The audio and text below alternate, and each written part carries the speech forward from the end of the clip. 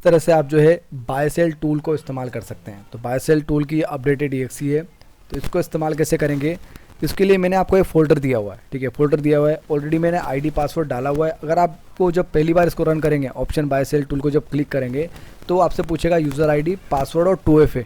2FA मतलब आपका birth year. ठीक है, और अगर आपको जब भी मतलब अगर गलती से अगर कुछ गलत डल गया हो तो क्रिएट फाइल को आप डिलीट कर दिए, फिर से आप बाय सेल टूल को रन करेंगे तो फिर से आपसे यूज़र आईडी पासवर्ड वो पूछेगा। ठीक है, तो मैं जैसे रन करता हूँ तो किस तरह से आपको इस्तेमाल करना है, ये टूल को मैंने रन किया। रन करने के बाद इतने सारे ऑप्शन आते हैं, ऑप्शन समझा देता हूँ आपको। पहला तो स्टार्ट, उसके बाद एक्सपायरी हमको करंट ही रखना है, अंडरलाइन स्टॉक ही रखना है, और प्रोडक्ट या MIS ही रखना है। और अगर आप सेल कर रहे हैं, मान लीजिए अगर आप सेल कर रहे हैं तो यहाँ पे नॉर्मल रख सकते हैं। ठीक है, या फिर मान लीजिए आपका दिमाग में ऐसा था कि मुझे बाय भी करना है और मैं सेल भी करना हो, तो आप क्या कर सकते हैं, ये जो एक फ़ोल्डर है मेरा जो EXE वाला फोल्डर है, फोल्डर को आप जो है मान लीजिए दो अलग अलग जगह कॉपी कर लिया आपने, एक यहाँ पे दो फोल्डर बना लिया आपने एक ही जगह पर। मान लीजिए मैंने एक फ़ोल्डर यहाँ कॉपी कर लिया, एक फ़ोल्डर यहाँ कॉपी कर लिया, ये फोल्डर एक मेरा, ये फोल्डर। तो इस वाले फोल्डर से मैं रन कर रहा हूँ, उसमें मैंने प्रोडक्ट टाइप ले लिया MIS और दूसरे में मैंने ले लिया सेल। अगर आप बाय सेल दोनों करना चाहते हैं साथ में तो ठीक है, या फिर अगर आप सेल करना चाहते हैं, ओनली सेल करना चाहते हैं, तब भी अगर आप प्रोडक्ट टाइप नॉर्मल ले लेंगे। जैसे मान लीजिए अगर आप 3 बजे के बाद भी वेट करना चाहते हैं तो 3 बजे बाद टाइम डिके ज़्यादा होता है, तो उस कंडीशन में आप नॉर्मल ले सकते हैं। ठीक है, दोनों ऑप्शन अवेलेबल हैं यहाँ पर। ठीक है, बट यूजुअली अगर आप बाय करेंगे 3 o'clock, यहाँ पे एंड टाइम 3 o'clock यूजुअली हम रखें तो ठीक, और MIS लिमिटेड रहेगा। अब यहाँ पे प्लेस ऑर्डर येस का मतलब ये है कि अगर आप रियल मार्केट में ट्रेड करेंगे येस पे क्लिक करेंगे, और अगर आप डेमो ट्रेड करना चाहते हैं रियल मार्केट में तो नो पे क्लिक करेंगे। तो जो भी आपको करना है वो करने के बाद में आपको अपडेट पैरामीटर पर क्लिक करना जरूरी है। ठीक है, अब आ जाते हैं हम निफ्टी और बैंक निफ्टी के पैरामीटर में। तो अगर आप निफ्टी में ट्रेड करना चाहते हैं तो यहाँ पर इनेबल पे क्लिक करेंगे, नहीं करना चाहते हैं नो पर क्लिक करेंगे, और जब भी अगर आप कुछ चेंजेस करें तो अपडेट पैरामीटर पर क्लिक करना जरूरी है। टारगेट जो है यहाँ पे पॉइंट्स के अंदर टारगेट है, पॉइंट्स के अंदर टारगेट है, तो आप छोटे से छोटा टारगेट लगाए तो अच्छा है, मैं समझाऊंगा क्यों। ठीक है, टारगेट उसके बाद लॉट साइज भी आप यूजुअली तो बेहतर होगा। वो क्यों, क्योंकि 2 लॉट से ट्रेड करेंगे तो आप यहाँ पे एग्जिट स्केलिंग का इस्तेमाल कर पाएंगे। एग्जिट स्केलिंग का इस्तेमाल कर पाएंगे, ये क्या होता है मैं आपको ये भी समझूँ। उससे पहले ये तो 2 चीज़ें, उसका यहाँ ट्रेड टाइप बाय से, इसके लिए आप बाय करेंगे तो बाय करके यहाँ पर ट्रेड पैरामीटर कर दिए, और स्ट्राइक प्राइस जो है यूजुअली भी लेंगे। बट अगर आपके पास में फंड की कमी है, आप सोचते हैं कि यार फंड की कमी, मान लीजिए ATM पर अगर लेने की प्राइस चल रही है 400 और आप चाहते हैं स्टॉप लॉस मेरा छोटा रहे और प्राइस भी कम, तो आप यहाँ पे ATM की जगह पे ATM ले सकते हैं। हेज स्ट्राइक प्राइस का इस्तेमाल तो हम तब करेंगे जब हम ट्रेड टाइप सेल लेंगे। ठीक है ना, ट्रेड टाइप अगर हम सेल लेते हैं तो मार्जिन बेनिफिट लेने के लिए हम हेज स्ट्राइक ले सकते हैं। जैसे कि मान लीजिए ठीक इसमें आप 500 तक ले लेंगे, 500 तो ठीक रहेगा। बैंक निफ्टी केस में 1000-1500 तक आप हेज स्ट्राइक प्राइस ले सकते हैं। ठीक है, अब यहाँ पे आता है मिनिमम रेंज और maximum range. Minimum range usually हमारी 0.1 ही रहेगी, मैक्सिमम रेंज जो हमारा 0.4 ही रहेगा, और री एंट्री हमारी 2 रहेगी। आप 1 भी रख सकते हैं, अगर आप एंट्री डबल नहीं करना चाहते तो 1 रखेंगे, और करना चाहते हैं तो 2 रखें। यूजुअली हमारी 2 रहेगी। ठीक है, ये करने बाद इसको यस कर देंगे। और अगर आप मैक्सिमम रेंज को छोटा करते हैं, इसका मतलब स्टॉप लॉस भी छोटा होगा। स्टॉप लॉस छोटा होगा तो उस कंडीशन में बेटर ये होगा कि आप फिर यहाँ री एंट्री जो है 2 या 3 रखें। ठीक है, ताकि मान लीजिए एक बार स्टॉप लॉस हिट हो गया, दूसरी बार हमें एंट्री करने का मौका मिले। ये चीज़ें जो आप 1-2 बार इसको डेमो ट्रेड कर लेंगे ना, तो आपको ऑटोमेटिकली समझ में आ जाएगी कि क्या फ़ायदा है री एंट्री का या फिर नहीं फ़ायदा है। ठीक है, और मैक्सिमम और मिनिमम रेंज यूजुअली हमारा 0.1 से 0.4 ही रहेगी, बट इसको 0.3 तक भी आप ला सकते हैं, लेकिन उस कंडीशन में स्टॉप लॉस हमारा छोटा हो जाएगा। ठीक है, इतना समझ में आया। अब टारगेट की बात कर रहे हैं हम, तो टारगेट कितना रखना है वो समझाता हूँ मैं आपको। सेम पैरामीटर यहाँ बैंक निफ्टी के अंदर भी है, दिख रहा है आपको, सेम पैरामीटर बैंक निफ्टी। हाँ, एक चीज़ और, entry buffer. Entry buffer Nifty case में हमारा 3 रहेगा, और बैंक निफ्टी के केस में हमारा एंट्री बफर कितना रहेगा, 5 रहेगा। मिनिमम रेंज मैक्सिमम रेंज वही रहेगी। ठीक है, हेज स्ट्राइक प्राइस उसी तरह से हमें लेना है। अब हम बात करते हैं लॉट और एग्जिट स्केलिंग की। ठीक है, तो उसकी बात करता हूँ 1 मिनट में। तो यहाँ पर एग्जिट स्केलिंग का मतलब ये है कि टूल क्या करता है, हमारे स्टॉप लॉस को ट्रेल भी करता है, और साथ ही साथ अगर आप एक लॉट से ट्रेड करेंगे तो वहाँ पे सिर्फ स्टॉप लॉस ट्रेल होगा, लेकिन प्रॉफिट बुकिंग पार्ट में नहीं होगी। बट हमारे टूल में फैसिलिटी है कि ये जो है प्रॉफिट बुकिंग पार्ट में करता है। तो पार्ट में करने के लिए आपको लॉट कम से कम 2 लॉट लेना पड़ेंगे। 2 लॉट का फ़ायदा क्या है मैं समझाता हूँ। मान लीजिए आपने 2 लॉट लिया और 2 पार्ट स्केलिंग ली। 2 पार्ट स्केलिंग का मतलब क्या हुआ कि वो टारगेट को 2 पार्ट में डिवाइड कर देगा। अगर आप 3 लॉट लेते हैं तो 3 पार्ट स्केलिंग का इस्तेमाल कर सकते हैं। और मान लीजिए अगर आप 4 लॉट लेते हैं तो 1 पार्ट स्केलिंग मतलब कि टारगेट को कोई जो रहेगा वही रहेगा। अगर आप 2 पार्ट स्केलिंग इस्तेमाल करते हैं 4 लॉट के केस में, मतलब वो टारगेट को 4 पार्ट में डिवाइड कर देगा। और अगर आप 4 लॉट के केस में 4 लॉट के केस में अगर 4 पार्ट स्केलिंग इस्तेमाल करते हैं तो 4 बार वो डिवाइड करेगा। और 4 लॉट के केस में अगर 2 पार्ट स्केलिंग इस्तेमाल करते हैं 2 लॉट पहले बुक होंगे, 2 लॉट बाद में होंगे, ठीक है। अब मान लीजिए कि यहाँ पे हमने सपोज एग्जांपल के लिए 2 लॉट लिए हैं और 2 पार्ट स्केलिंग इस्तेमाल करी, एग्जिट लॉजिक इस्तेमाल किया, तो 200 पे हमारी एंट्री हुई। मान लीजिए कॉल या पुट जो भी लिया उसने 200 पॉइंट पे एंट्री प्राइस है। स्टॉप लॉस सिस्टम ने 100 पॉइंट का डिसाइड किया, तो 100 में से 100 में से 200 में से 100 जाएंगे तो हमारा स्टॉप लॉस क्या हो जाएगा 100। और 100 पॉइंट ही हमने टारगेट बनाया तो यहाँ पे हमारा टारगेट कितना हो जाएगा 300।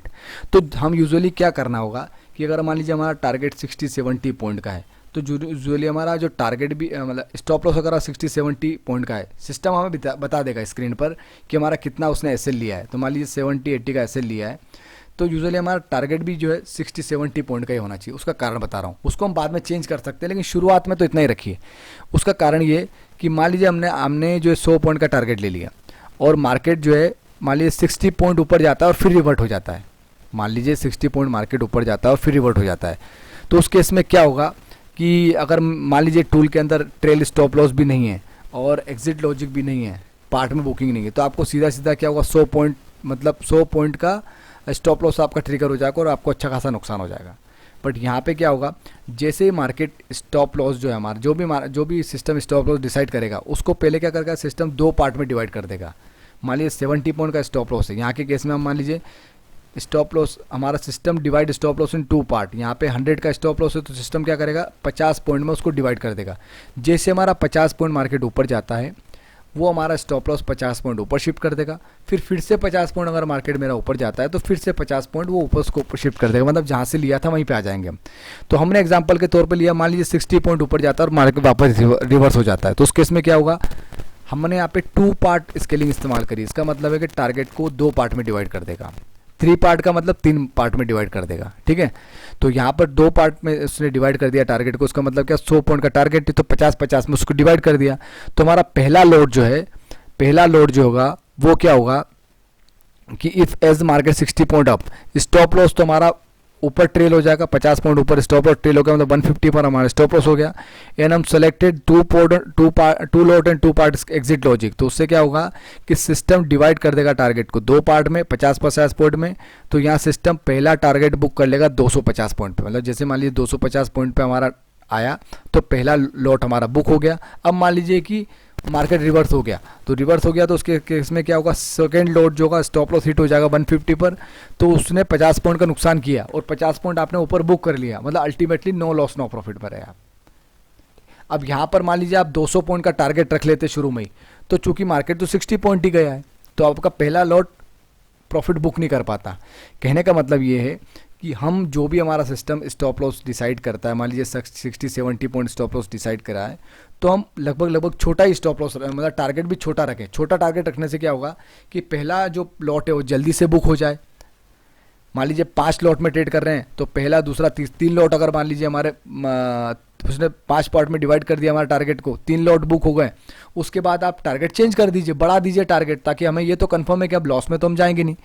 जैसे कि सपोज हमने 5 लॉट का इस्तेमाल किया, 5 पार्ट एग्जिट लॉजिक इस्तेमाल किया, तो वो क्या करेगा पहला लॉट जो बुक होगा 20 पॉइंट पे, दूसरा 40 पॉइंट पे, तीसरा 60 पॉइंट पे, उसके बाद में वो फर्दर बुक होगा, ठीक है 80 और 100 पर। तो हम क्या लीजिए मान लीजिए 3 लॉट हमारा प्रॉफिट बुक कर लिए, तो कितना हो गया, एक ने 40 पॉइंट का बुक किया, 60 पॉइंट का, 20 पॉइंट का, अल्टीमेटली 120 पॉइंट का हमारा प्रॉफिट बुक हो चुका। स्टॉप लॉस भी हमारा ट्रेल हो चुका 150 पर। तो 2 लॉट जो है रिवर्स आ गए और उन्होंने 150 पॉइंट पर हमारा स्टॉप लॉस ट्रिगर कर दिया। तो कितने का नुकसान हुआ, एक लॉट को 50 पॉइंट का, 2 लॉट को 100 पॉइंट का। तो फिर भी हम यहाँ पे 20 पॉइंट का प्रॉफिट में रहे। क्यों? क्योंकि एग्जिट लॉजिक के कारण। तो आप चाहें तो वहाँ तक नहीं जाने देते स्टॉप लॉस में, बीच में ही प्रॉफिट बुक कर लेते तो वो भी ठीक रहता। तो इसलिए शुरुआत में टारगेट को कम रखिए, जब हमारा 1 या 2 लॉट प्रॉफिट में बुक हो जाते हैं उसके बाद आप टारगेट को चेंज कर दीजिए, ताकि क्या होगा कि कम से कम हमें लॉस की प्रोबेबिलिटी खत्म हो जाए या कम हो जाए। ठीक है, तो आपको समझ में आ गया होगा। 2 लॉट लेंगे तो हमारे को क्या परमिशन मिलेगी, हम या तो 1 एग्जिट लॉजिक इस्तेमाल कर सकते हैं, मतलब कोई प्रॉफिट डिवाइड नहीं होगा, और यहाँ पे 2 लो इस्तेमाल किया मतलब 2 पार्ट में डिवाइड हो जाएगा। अगर हम यहाँ पे 3 लॉट लेते हैं तो हमें ऑप्शन ये देगा 1 और 3 के केस में, और यहाँ पे अगर 4 लॉट लेते हैं अगर हम, तो उस केस में हमें जो है 1 एग्जिट लॉजिक, 2 एग्जिट स्केलिंग और 4 पार्ट एग्जिट स्केलिंग हम इस्तेमाल कर सकते हैं। ठीक है, और मान लीजिए कि अगर आप यहाँ पे 8 लॉट लिए, 8 अगर लॉट लिए तो आपको फिर भी ऑप्शन इवन ही देगा, वो देगा क्या कि 1 2 4 8। ठीक है, आपके पास इतने सारे ऑप्शंस अवेलेबल हो जाते हैं। आप चाहे तो यहाँ पे 8 पार्ट में भी आपका जो है डिवाइड हो जाएगा, बट यूजुअली आप क्या करेंगे 4 पार्ट या 2 पार्ट ले लेंगे। मान लीजिए 4 पार्ट आपने ले लिए तो इसका मतलब कि पहले 2 लॉट जो है वो बुक होंगे, फिर अगले 2 लॉट, ऐसे करके 4 पार्ट में आपके 2 लॉट डिवाइड हो जाएंगे अगर आपने 8 लॉट लिए तो। ठीक है, समझ रहे बात को आप? अगर मान लीजिए यहाँ अगर आप 9 लॉट या 10 लॉट लेते हैं, तो 10 लॉट लेते हैं तो आपको जो है 1 2 5 10 मतलब इतनी एग्जिट स्केलिंग मिल जाएगी। ठीक है, तो उस हिसाब से आप जो है आपके प्रॉफिट को टुकड़ों में डिवाइड कर सकते हैं, ताकि छोटे छोटे हमारे प्रॉफिट बुक होते रहेंगे, ताकि मार्केट अगर वापस रिटर्न भी आ जाए तो कोई टेंशन वाली बात नहीं है। तो इस तरीके से आप इसको इस्तेमाल कर सकते हैं। ठीक है, और अब मुझे लगता है कि आपको समझ में आ चुका होगा। ये सब करने के बाद, पैरामीटर सेट करने के बाद आपको क्या करना है, यूजुअली जो टूल को रन करना है वो कितने बजे, 9:30 के पहले पहले आप रन करें तो बेटर होगा। कितना? 9:30 के पहले पहले, या 9:30 के पहले मतलब 9:45 के पहले पहले, 9:30 नहीं, एक्चुअली 9:45 के पहले पहले आप इसको टूल को रन कर दीजिए।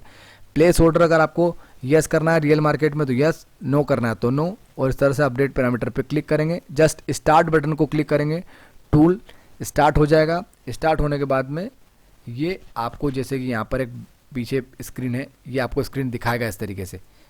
ठीक है, ये आपको देखिए ब्लैक स्क्रीन है पीछे, ये आपको दिखाएगा कि क्या क्या आपने जो है, मतलब जैसे कि क्या क्या लिया है वो सब कुछ यहाँ पर दिखा देगा आपको। ठीक है, और ये देखने की ज़रूरत नहीं, यहाँ पे सब कुछ आपको जो है कौन सा लेवल लिया वो सब कुछ यहाँ पर दिखाएगा आपको, और वो लेवल जब रीच होगा तभी यहाँ पर MTM चालू होगा। अगर लेवल ही नहीं मिला उसको तो फिर यहाँ पे 0 रहेगा। ठीक है, तो आप जो है इसको, आप जब अगर शुरुआत में पहली बार कर रहे हैं तो शुरुआत में थोड़ा 2-4 बार पेपर ट्रेड करिए, डेमो ट्रेड करिए, तो आपको आइडिया होगा किस तरह से ये टूल वर्क करता है। तो मुझे लगता है आपको समझ में आएगा ये video. Thank you very much.